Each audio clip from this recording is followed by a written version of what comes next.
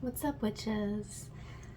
What I'd like to do today is give you an updated kind of show and tell video where I just show off my rapidly expanding tarot and oracle deck collection. The last time I made one, I only had just a handful of tarot decks that I'd had for years and years at that point, and just in the last year or so I've now expanded my collection to include a lot of oracle decks, which I had really never heard of or used before, but now I own several, and I have a couple just new regular style, more or what you might call more traditional tarot decks added to my collection as well. So let's get into it.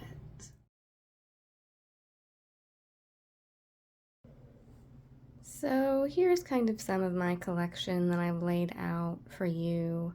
Some of these I'm not really going to touch on too much in this video because I already talked about them in my first tarot deck collection video. Like all of these, for instance, I believe I've gone over in their own separate videos at this point. These are all my oracle decks. So we have the Beyond Lemuria, Fairy Forest, the two Norse pagan themed decks that I've talked about in their own videos, and then down there is just the box for my Moon Crystal Tarot, the Sailor Moon themed tarot deck that I have. But yeah, as you can see, I have some stuff on top of this one, so I don't really like to move it around too much, which I should probably rearrange that because it means that I hardly ever reach for some of these decks. But and then here I have my traditional style tarot decks that I'll just kind of gloss over a little bit, and then I'll touch on some more of these oracle decks that I probably haven't spoken on too much yet. But let's just do a little quick fun recap. So let me just start kind of showing and telling you about some of my tarot deck collection here. So let's just kind of go over some of the few that I've already talked about.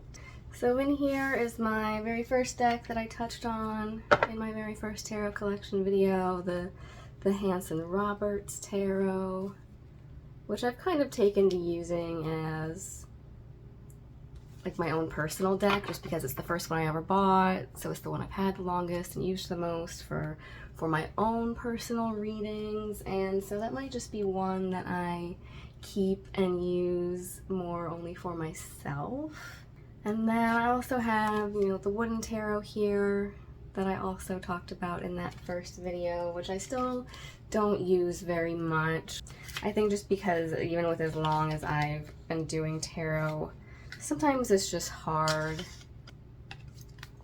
to interpret some of these different suits and keep them straight, like what they're supposed to be, because, as you can see, this is Queen of Blooms, and I couldn't even tell you off the top of my head what traditional suit in tarot that's meant to correspond with. If you want to see more of it, you can go back and watch my first video, but as awesome as it is, it's just not one that I reach for very often still. And then I also have, I think this is more of like an oracle deck, but it's that Well-Worn Path Tarot that I showed off in that video. And then I also have, wrapped up in kind of its own little cloth that I made, just because it was kind of a pain in the butt for me to get in and out of the box that it came in for some reason. But it's my Moon Crystal Tarot deck, my Sailor Moon Tarot.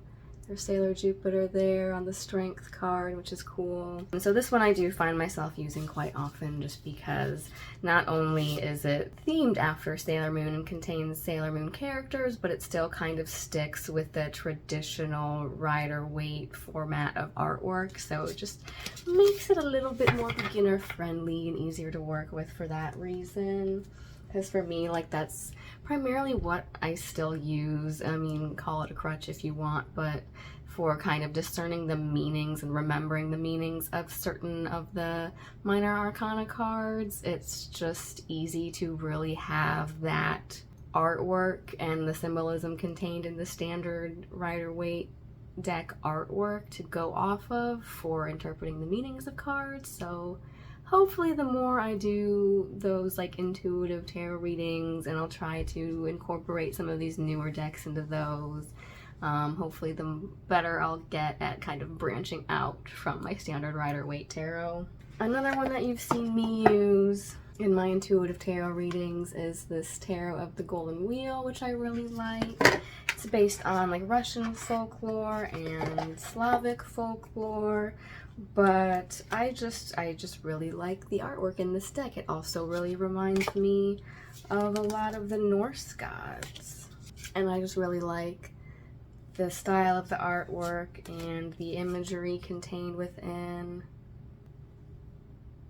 So this still, definitely remains one of my go-tos. Also use individual cards from this that like really remind me of certain gods or deities as almost prayer cards. Like this Queen of Wands definitely gives Major Freya energy. She's even got a cat on her lap. So I have brought these to gatherings and traveled with them before to pull them out individual cards and use them on like an altar as like a prayer card of sorts. So this has definitely also become one of my favorites. A newer one that I haven't really had a chance to use a whole lot yet, that I got for Christmas this year, was the Labyrinth Tarot. One of my favorite films since childhood. It's definitely got a more like rustic folklore art to it, like very bold lines and colors. But I believe much like that wooden tarot, they use different suits instead of cups, pentacles, wands, and swords. Oh, I can't remember what it is. So we have the suit of poles, which I'm assuming is wands, the suit of junk, the suit of feathers, and the suit of pots. So I'm guessing like this would be junk since it's just miscellaneous objects, whereas this would be the suit of pots. Maybe that's cups or pentacles. I'm honestly not sure. Sadly, I haven't really had as much of a chance to use and familiarize myself with this deck yet, so that's maybe something you'll see some upcoming tarot videos. Poles are wands, junk is pentacles, which I guess that makes sense. Pentacles correspond to like material goods in the earthly realm, and so along with that, instead of acquiring pentacles or money or wealth, you can just accumulate a lot of junk as well. And then it says feathers are swords, so maybe like the feather or quill is mightier than the sword in this deck.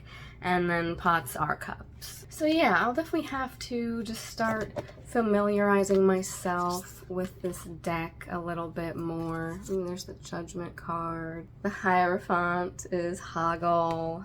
Ooh, the dancers are the like goblin ballroom dancers from the ballroom scene. I really need to just spend some more time with this deck. Ooh, that's a cool one. The moon is the peach that Sarah takes a bite out of.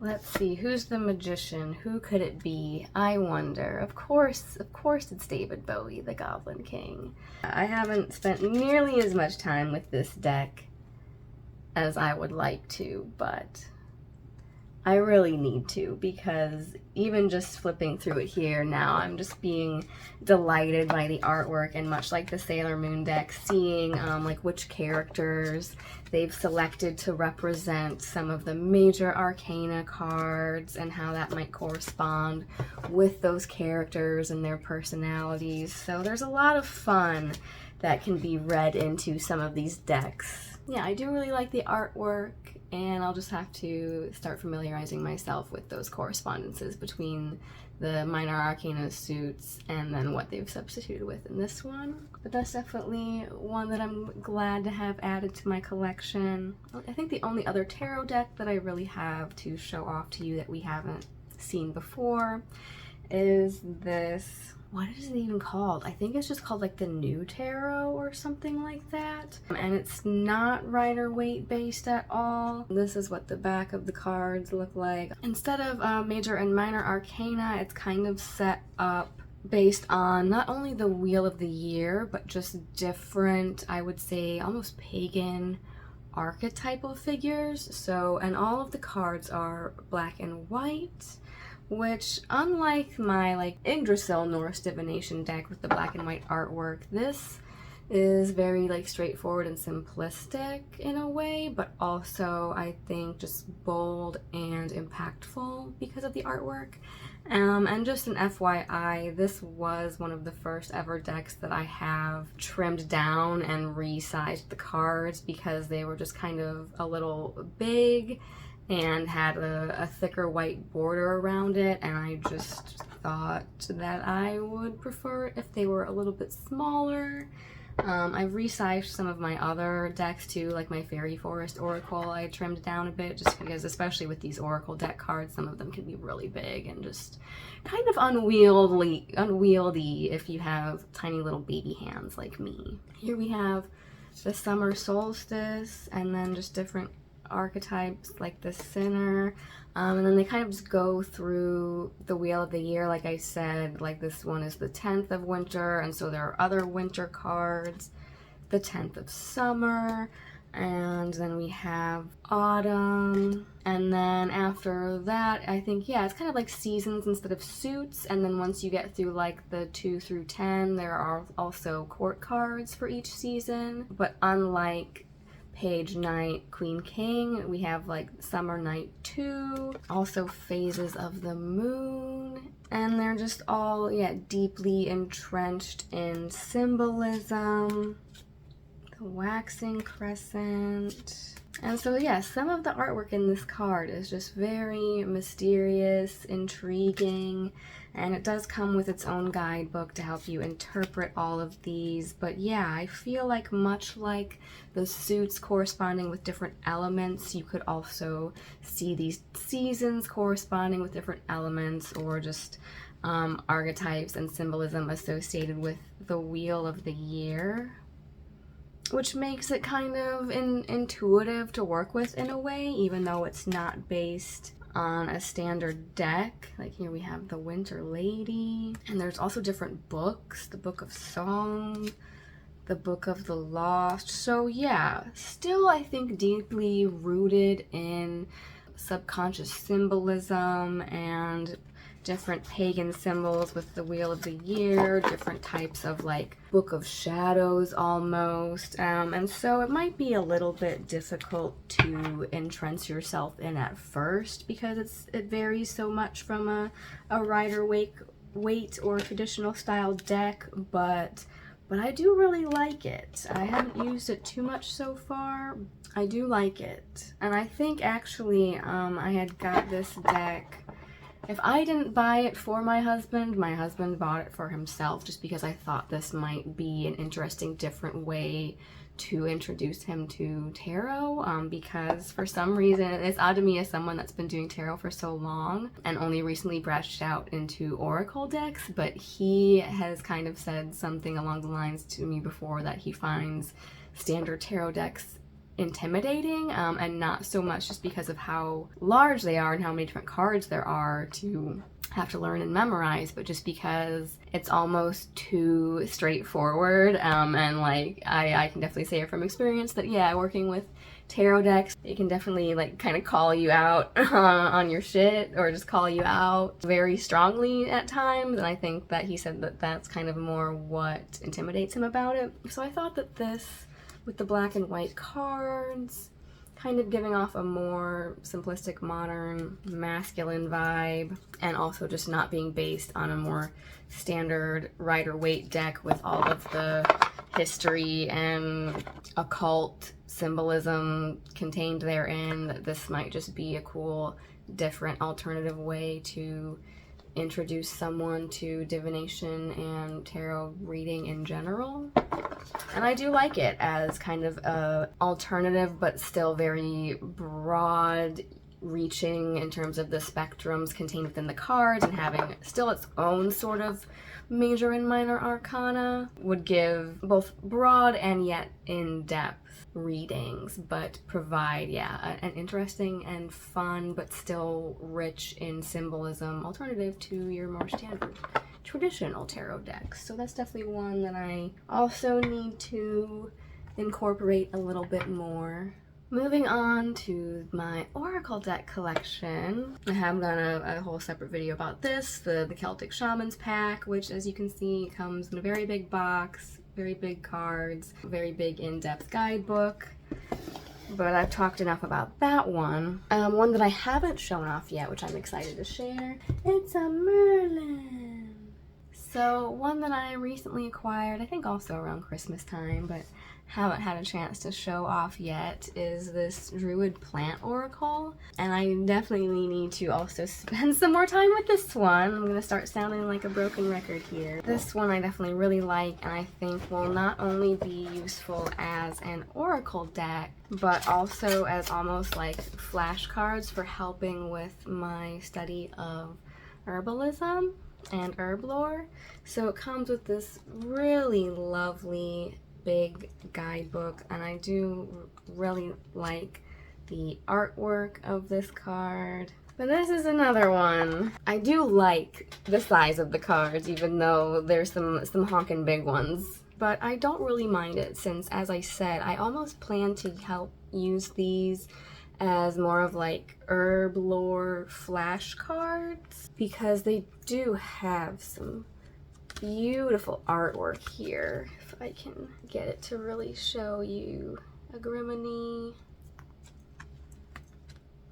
borage. Yeah, I think they're kind of alphabetical here. So here we have flax, which I believe is closely related to or associated with Freya and a lot of those Vonic, continental, Celtic, and Germanic grain and plant and tree goddesses. So yeah, I really like the artwork on these cards and how big and detailed they are. They each kind of provide an atmosphere or a mood associated with the different plants. And along with that, in the guidebook here, let's see what it says about flax. I opened it to the flax page. It does give you meanings that you can use it like an oracle deck. Flax is ease, connection, and clothing, since flax is spun into linen. And then it gives just kind of an overview of the plant itself, where it grows, what it looks like, and then a more in-depth kind of explanation of the oracle or divinatory magical meanings of each card. It says, flax has clothed us and helped us communicate with each other across the high seas for thousands of years. It's the plant of the goddess Arianrod, among others that I've mentioned. And then it also gives reversed meanings. I think this will be very useful for learning, not only just performing divinations with, perhaps almost like I do in the readings where I've pulled different crystal cards to show which crystals you might want to use during a particular month or time of year. I could definitely see myself pulling different plant cards to see, you know, what plant allies we can use and work with. But also, yeah, as kind of flashcards for helping familiarize myself with not only the medicinal or herb lore uses of these plants, but also the magical properties of these plants. And I feel like you could also use these in your spell work if, say, you live in an area where you're not going to come across woad just growing on anywhere in your neighborhood, because these are mostly, I would say, Celtic or British paganism plants. Oh, look, it also contains blank cards, so you could probably create your own for local plants that do grow around you. But I feel like if, say, you were in an area where you can't find borage local to you, but you want to perform a spell or working with a certain plant, you could like put one of these plant cards on your altar and use it that way to kind of substitute for the real thing. So I think this will just be really cool to help with more of my druidic path and interest side of things. So yeah, I think that this Druid plant oracle will definitely be very useful for all those types of things. And then I have some smaller ones here as far as, yeah, oracle decks go.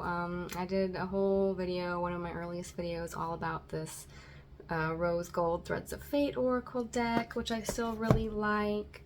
And then you've seen this one in a few intuitive tarot reading videos, the deck of crystals, which I think also works well as almost like flashcards to help yourself learn and familiarize yourself with all the different rocks, minerals, gems, crystals, and their uses and properties. Last but not least, one of my newer additions to the collection is this Buddhist Wisdom Divine Feminine deck. And not only did I just think it was a really cute little deck, I liked the little magnetic closure box that it comes in. Picked this up at one of the local hippie shops. But I just really liked the size of the cards. I thought it would be really easy and convenient to travel with, and just as someone who works closely with Freya and is, you know, interested in Buddhism, Hinduism, studied those things, I just, yeah, thought that I could use some divine feminine insight and wisdom in my life. Who couldn't use a little bit more of that? And these I would definitely say work really well as like a light work kind of deck, much like my Beyond Lemuria oracle cards. They're very like light, love, and these are kind of along those lines, but more with like Buddhist proverb type sayings. So we have things like, let go of clinging, view your situation as a witness, your inner strength grows. So it kind of helps with not only strength and having that Zen mindset, but also helping form healthy detachment, you know, detaching yourself from unhealthy attachments. Yeah, just things like that. Calm, confident, Zen Buddhist wisdom. So I think that works very well. It's just kind of doing like a daily card pull type thing, or yeah, when I want to connect with a certain divine feminine aspect and receive some wisdom. I think this is a very quick, easy, cute, useful go-to deck for that kind of thing. That's really all I have to show and tell for today. I hope that you enjoyed this quick little tour of some of my newer decks that are in my collection now, and hopefully you will see them a lot more coming up in some of my intuitive tarot readings. Hopefully I will get myself to kind of step outside of my box and my comfort zone a little bit and start using some more of these newer decks that I'm a little bit less familiar with. Maybe start kind of stepping out of my Rider-Waite comfort zone a bit, and those standard decks and the standard suits, and switching things up a little bit. Look forward to doing that in the near future here, and until next time, stay classy, pagans.